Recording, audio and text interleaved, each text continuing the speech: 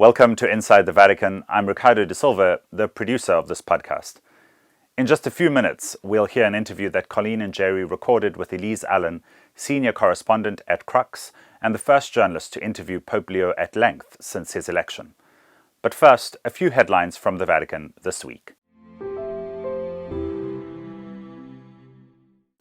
Pope Leo met with clergy sexual abuse survivors this past Monday, his first such meeting since becoming Pope. The survivors from the group Ending Clergy Abuse spent an hour with him at the Vatican. Their focus, getting the Pope to adopt a universal zero-tolerance policy like the one in the United States, where any priest who admits to or is found guilty of abuse is permanently removed from ministry. The Pope didn't commit to that, but survivors said he listened carefully and agreed to keep the dialogue open. That meeting came less than a week after the Pontifical Commission for the Protection of Minors published a report on financial reparations for survivors. Some advocates point to diocesan bankruptcy claims as a way of limiting compensation to victims. Also this weekend, Pope Leo canonized 7 new saints, including an Armenian Catholic bishop and the first saint from Papua New Guinea, both of them martyrs, plus 2 Venezuelans and 3 Italians. On our website, you can find a report by Estefania Salazar on whether the Venezuelan canonizations could help free political prisoners there. And finally, Jerry O'Connell, our senior Vatican correspondent at America and co-host of Inside the Vatican, has announced a new book, The Election of Pope Leo XIV, The Last Surprise of Pope Francis. He co-wrote the book with his wife, Elisabetta Piqué, who covers the Vatican for La Nación in Argentina. The Spanish edition, El Último Conclave, is out next month, with English and French editions coming in early 2026. That covers our headlines for this week. Now to that interview with Elise.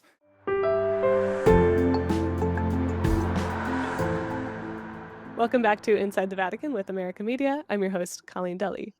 This week, Jerry and I are welcoming Elise Allen, senior correspondent at Crux, and the author of the book that we've been talking so much about. It's called in English, Leo XIV, Citizen of the World, Missionary of the 21st Century. And the book is out now in Spanish from Penguin, Peru. Joining me for the interview are my usual co-host, America's veteran Vatican correspondent, Gerard O'Connell. Good morning, Jerry. Good afternoon from Rome, Colleen. And Elise Allen, senior correspondent at Crux. Good afternoon to you in Rome. Good morning from New Orleans, Elise. Good afternoon to Jerry. Good morning to Colleen. It's wonderful to be with you. You're a natural. this cross time zone podcasting. So, Elise, you were the first person to secure a lengthy interview with Pope Leo after his election. I know he had made some comments here and there to various reporters. What was that experience like for you from preparing this conversation? I know you knew him a little bit beforehand, but to finally speaking with him, like what did that all feel like for you? Well, I mean, obviously, as a reporter, right, it's really exciting. When the Pope, you make a request for an interview like that, and then you get a positive answer. There's this rush of excitement and, all the anticipation that comes with it. And then the day of the interview arrives and you're full of nerves, and you don't know, you spend a lot of time meticulously going over questions, so there was, some nerves and a lot of excitement about it. But I have to say that when we sat down for the interview, from the very first question, it was very comfortable and we were both very at ease. And I think that's because Leo himself was just very at ease.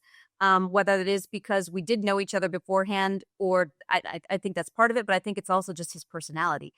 He's a very calm person and he was very reflective. Like he thought a lot about the answers that he wanted to give. You could tell that he was thinking and reflecting carefully about what he wanted to say, but it was all very genuine. Like it wasn't staged in any way. Yeah, that comes off in the videos too. And maybe just for our listeners, can you give a little sense of how you knew him before? Sure. So I actually met Bishop Robert Prevost for the first time in December 2018. I traveled to Peru on sort of a reporting trip to investigate various issues in the Peruvian church, one of which was the case of the Solicium Christianae Vitae, which was later suppressed by Pope Francis earlier this year, right before his death. So Prevost at the time was Bishop of Chiclayo, but he was also president of the National Safeguarding Commission in Peru, which he himself started up and got running. So it was a natural meeting for me when I went, and I wanted to talk to different personalities involved in this issue. So I'd asked for a sit down with the president of the commission, or with the bishops' conference actually, and he was not able to make it on that day. So it ended up just being me and Prevost, and we had a very good conversation. He was very honest and very upfront. I found him to be much more willing to talk than I expected from a bishop, especially about such a delicate issue. But he really wanted to give me honest and sincere answers. He wanted to tell me as much as he could, and I could see that he understood the value of interacting with the press. So his transparency was very surprising. And, he gave me his business card. We, said, let's stay in touch. I think we exchanged a couple of emails, and then there was nothing else until he came to Rome, as cardinal. Initially as bishop still, and then later as cardinal and prefect of the dicastery for bishops. So, we paid a courtesy visit when he arrived. Just as a fellow American in Rome, we wanted to have that contact. And, there are very few of us here, especially very few Romans in the Curia, or actually very few Americans in the Curia. So it was natural to ask for the appointment. And then, we stayed in touch here and there, somewhat for the Silesian case, for other things. And then we had him over to dinner in October. So our terrace is, there's a chair on our terrace that has been dubbed the Leo XIV chair. It's relic by contact now. So, Well, first of all, Elise, I want to congratulate you. I think the book is really a masterpiece. I think you give a very good picture of Pope Leo, one that the public needs to know. I've practically finished reading the book. You give a whole picture. Many people will just have read the extracts that have come out from the interviews that you actually did, but there's much more that he said which is not in those interviews that were made public, and that reveal a lot about the man. So, first of all, you spoke to him in English, not Spanish. Yeah. It was much more natural to have the conversation that when I'm glad we did, because it was very fluid and very natural that way. But also when you first met him in 2018? Yeah. Oh, right. Secondly, you got quite an insight into the man. What has particularly struck you about him? I think what strikes me the most about Prevost, now Pope Leo, as a man, is I think how deeply spiritual he is.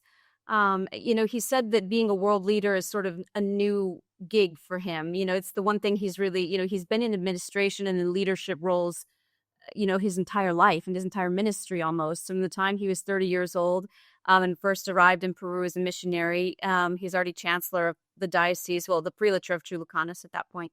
And then has just been in leadership ever since. So administration, leadership, governing is not something new to him, and he did it with his order at a global level.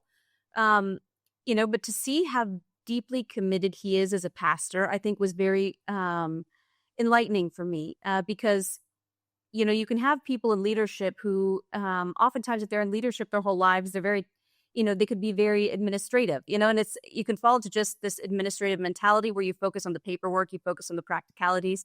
But he was somebody that was able to do all of that and still be very close to the people who would go out, who would walk the streets, who would go out into the remote mountain villages and say, what do we need? What do the people need? Let's bring it to them.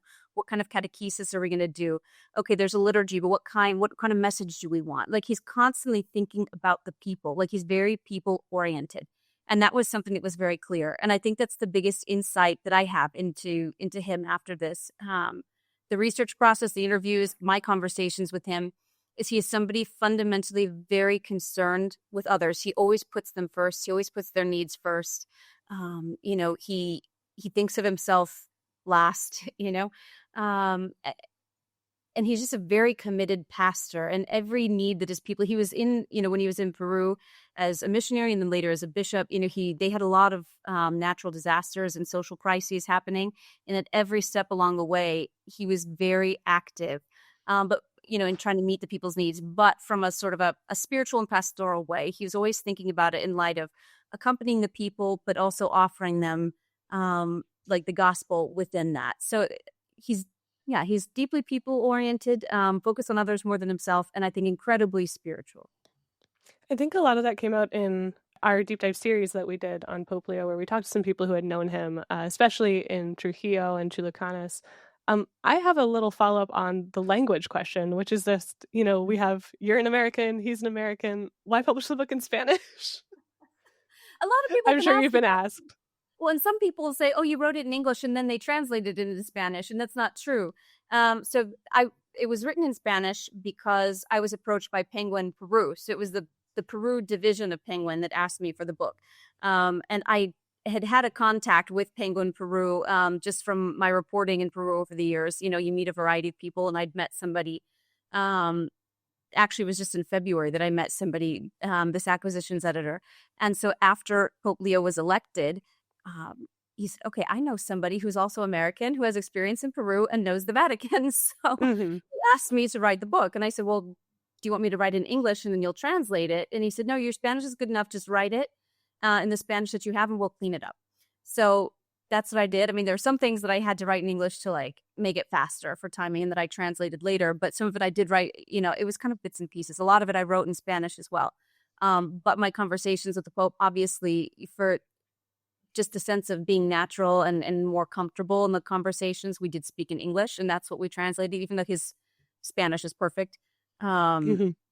That's, yeah. So it was a bit of a hodgepodge, which is kind of like both of us too. So I don't know. No, totally, exactly. I was like, you guys could speak English, Italian, Spanish together. Yeah. Anything would fly. Exactly. You went for, was it 2 weeks or more to Peru in June? And you met a lot of the people who knew him. And so you got a picture back from them. I remember one of the stories was you met this woman in the restaurant which he was going to. And she was so impressed that he would come there. And then you talking somewhere else about the way he would go and eat with the people and use his fingers to eat the maize just like the local people.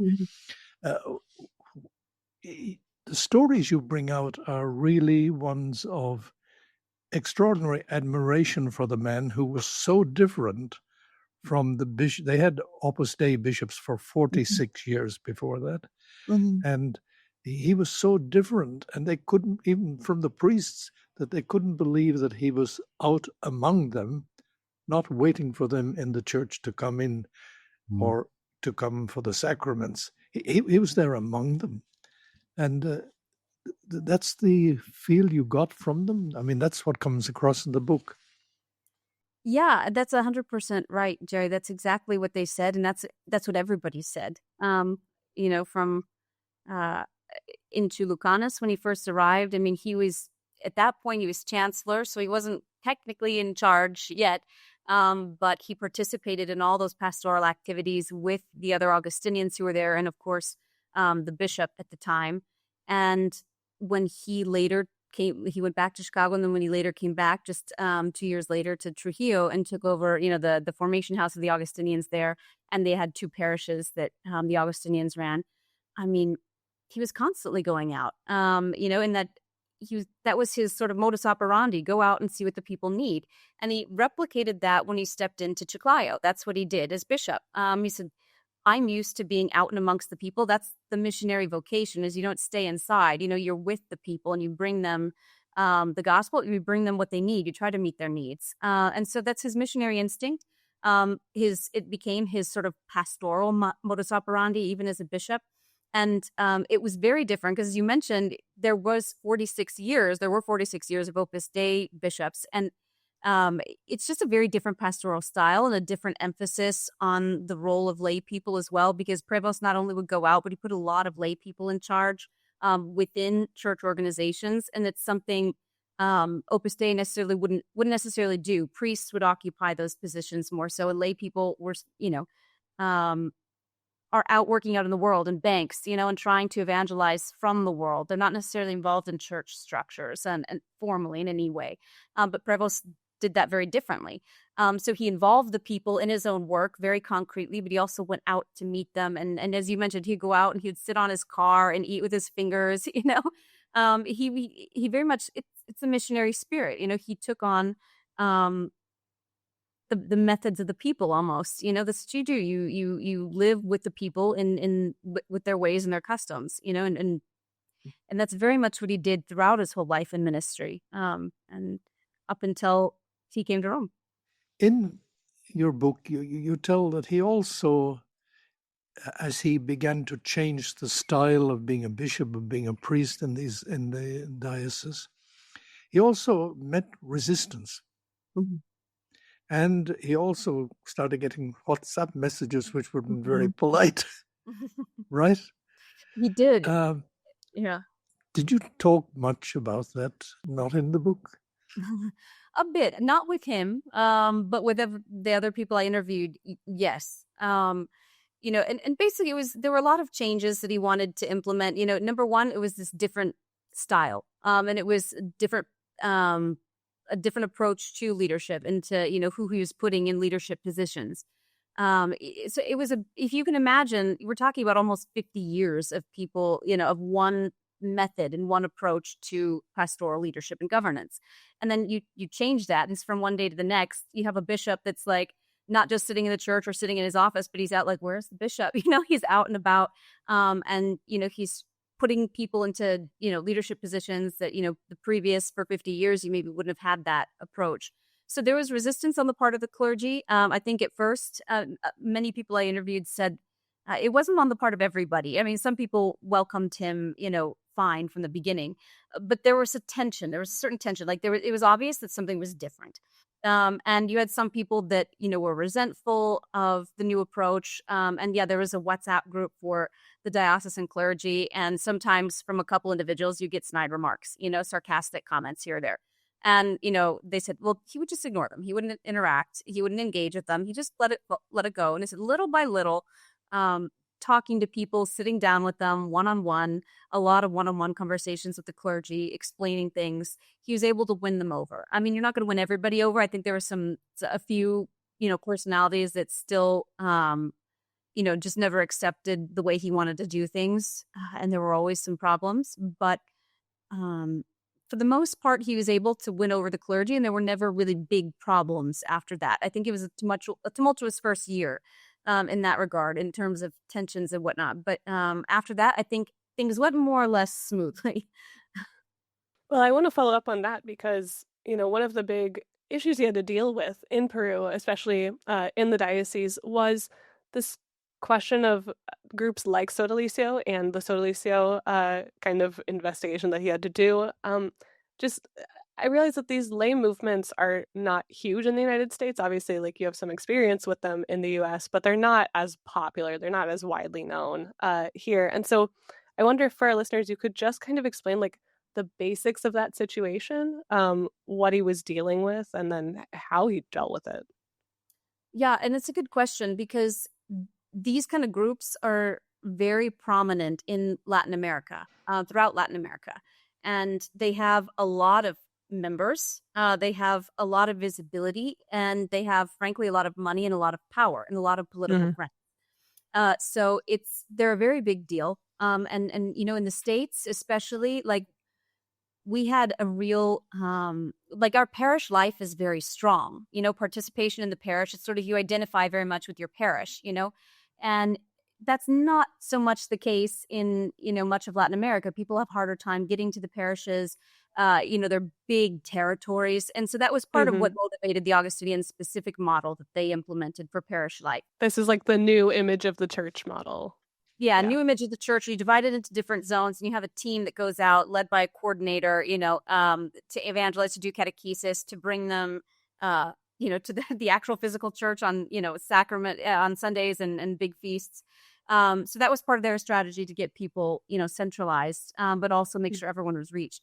And just for context, like, it's all lay people doing that outreach. Yeah, it's all lay people. So the Augustinians would work with lay coordinators who were in charge of these teams, and those lay coordinators would work with their lay teams to go out and do the catechesis, to do communion services, even like to give communion to the people, to do little liturgies of the word, bring them, food and whatnot, that kind of thing.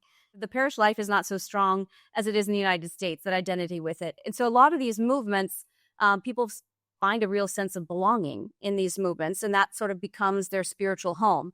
It becomes where, they find their community, and they tend to thrive, and a lot of them are very big. So the Solicium Christianae Vitae in Peru was the biggest of these ecclesial movements, and they're one that had a lot of influence, a lot of membership. So they're very big. They had a lot of wealth, a lot of power, a lot of political friends and alliances. So it's something that was very prominent in Peruvian society. And when scandals erupted about the founder, there have been rumors for a few years, but everything really erupted in 2015 with the publication of a book by two Peruvian journalists, kind of revealing decades of scandals and interviewing at least 30 members or former members of the Solicium, talking about a duplicitous life of their founder, sexual abuse, physical abuse, psychological abuse, abuses of power and conscience, any kind of abuse, you name it, he did it. And it was really, designated later upon its suppression as a sect. It was sort of sectarian practices.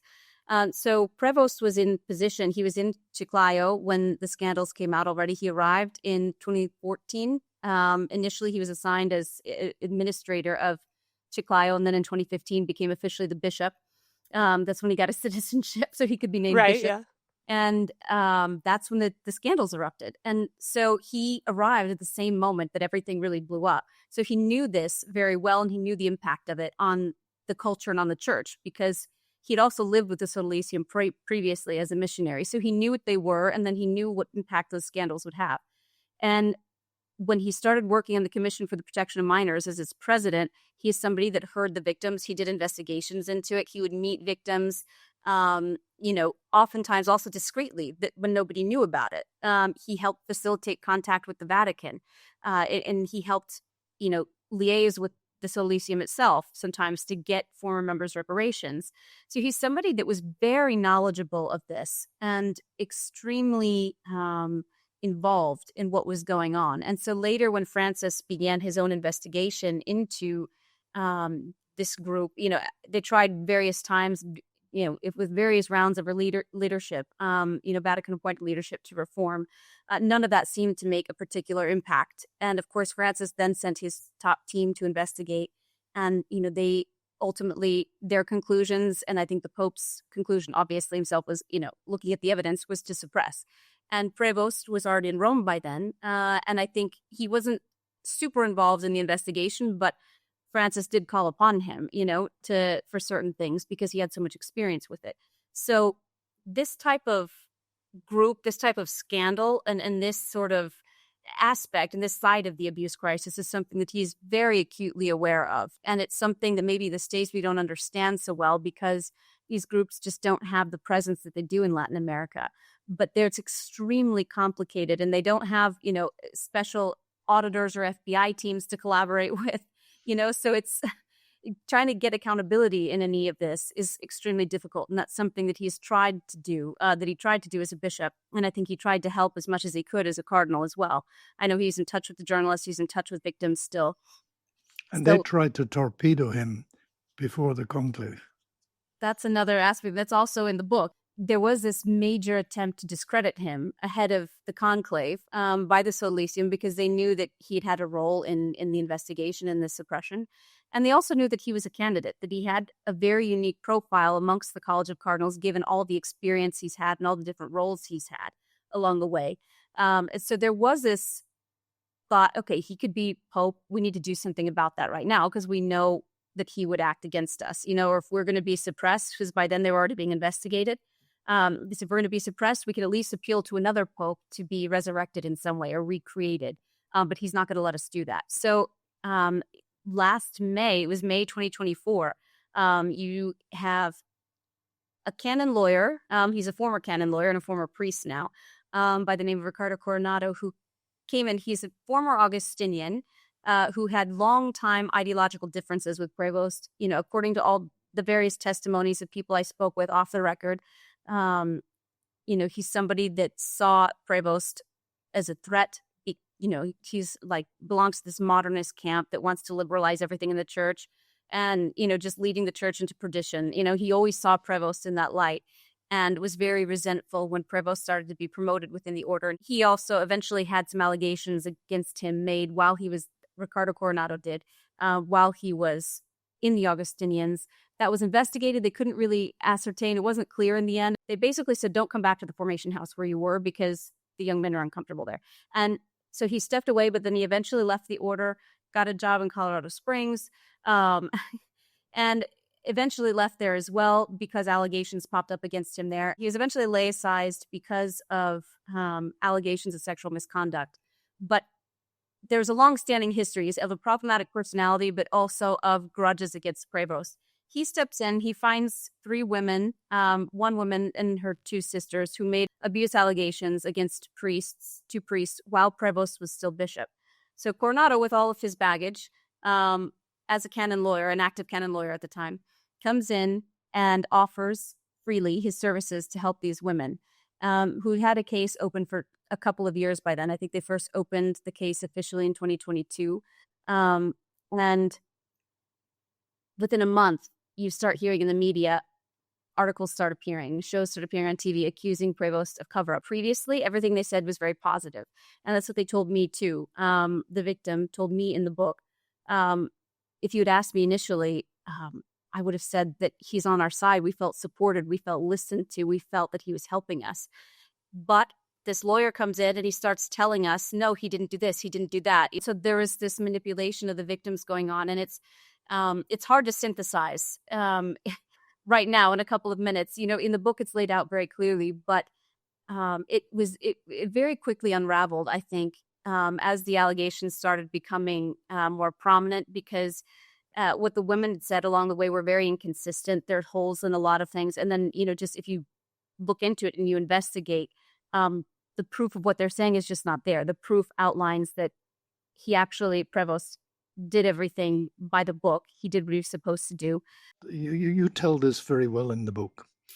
And it struck me that I see a parallel really with Francis in this. When Francis was elected, there was immediately, they brought out charges that he'd been collaborated with the military, that he had, God knows what, that he'd betrayed Jesuits, etc. And when they began to dig deeper after his election, they found he was risking his life to save people. And now something similar with Leo. They discover that he was really doing so much to help people. I was also struck that when he was prior of the order, he went to Mexico and had to deal with corruption in his own order, and how he dealt with this. And you tell the story very well. So we know he's become Pope with this enormous background experience of dealing with abuse, dealing with financial corruption, dealing with corruption, and dealing with groups who feel that he's on the liberal side of the church and betraying the tradition of the church. He's got this, he comes with this package as Pope, and that's a tremendous background.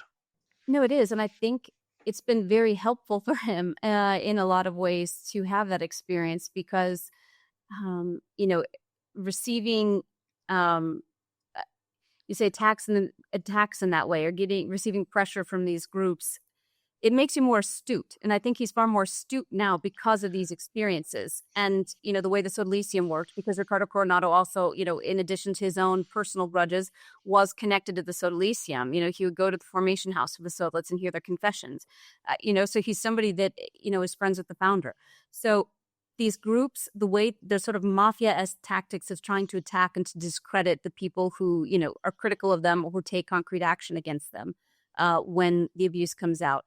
It's something very specific. It's specific a lot of these groups in Latin America, and then where they have the money to use to buy off media or to pay lawyers or judges to sway things in their favor, you know, when it comes to civil cases. He knows how they work, and it's something he's going to be able to respond to much more astutely now as Pope. So it's a whole new aspect of the abuse crisis. He is a canonist. In the interview, he talked about, you know, the need for due process and to also look out, you know, because unfortunately it is, he said 90% of the victims who come forward are genuine victims, and they need to be believed and treated with compassion and listened to and welcomed and heard. But there also, unfortunately, have been false allegations that have destroyed good men's lives. And so he's talking about the need to balance this. And so I think it's going to be interesting to see how he does that balancing act as Pope and as a canonist, but also with the wealth of experience that he has and the astuteness that he now has, I think, because of his own personal experience being targeted by these groups. Yeah, I'm very interested to see, especially what he does on some of the lay movements, because he has this unique experience with them. And I think that that's gone overlooked and maybe unrestrained for a long time. I want to jump to maybe a bigger question that touches on a lot of the different sensitive topics that you got to that have been making headlines for the last few weeks. But, you asked him about LGBT people. You asked him about how he'll deal with the traditional Latin Mass. And he said that in all these things, he wants to deal with them synodally. And recently I was having a conversation with somebody who's kind of an expert on synodality, who was saying to me, the image of synodality we've gotten for the last few years was very inspired by the Jesuit tradition, right? The Conversations in the Spirit method, we know, was developed by Jesuits in Canada and then in Belgium.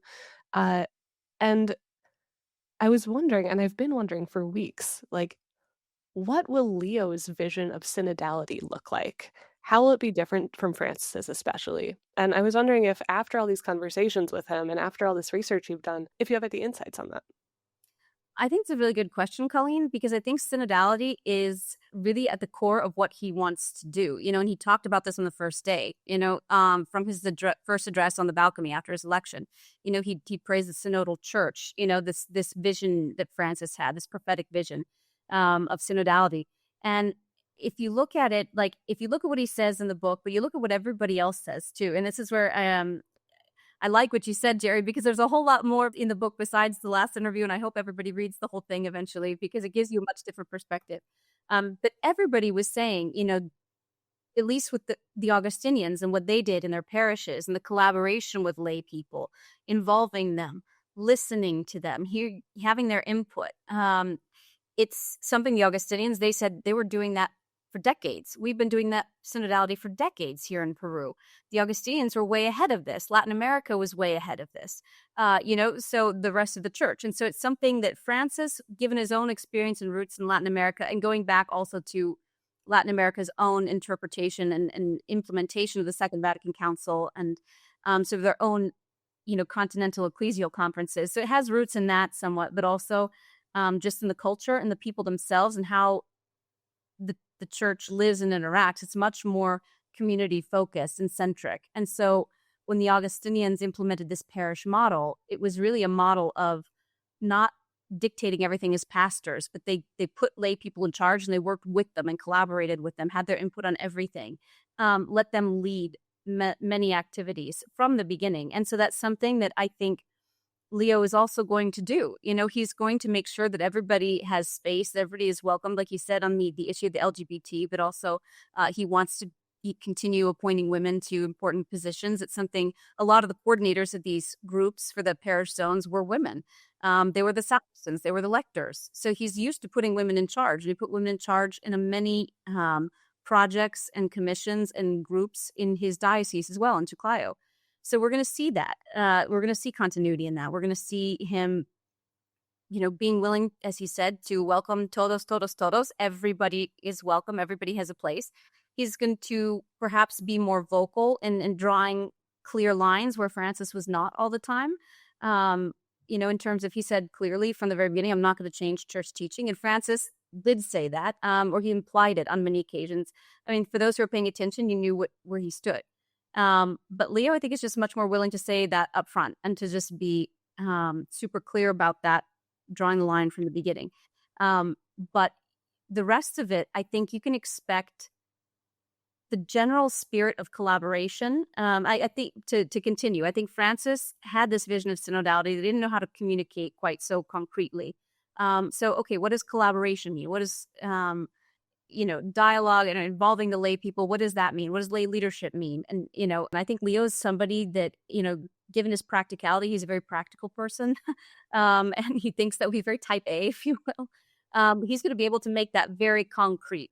I think we're going to see more commissions, more teams. We'll have to see how he arranges things in the Curia, but also what he's going to encourage at the conference level, the national bishops' conferences, the continental conferences. I think we're going to see a lot more of that sort of blended leadership, blended collaboration as things go forward. And I think the concrete forms that it's going to take, we'll have to see how he envisions that. But I think it's going to be much more along the lines of that model that he's always followed since he was a young priest and with those parishes up to being a bishop and now as Pope. I think he's going to do that.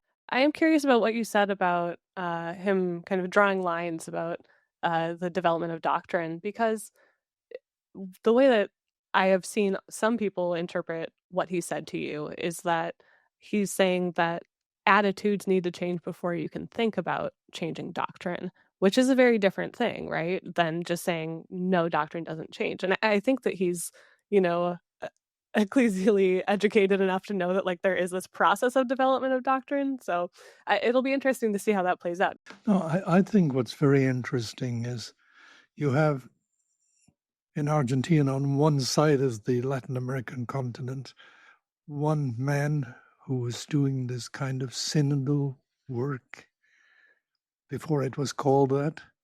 And on the other side of the American continent in Peru, you had another bishop doing synodal work, and then they both arrive in Rome as Pope, and they both, in a way, one builds on the other. I mean, I have one question.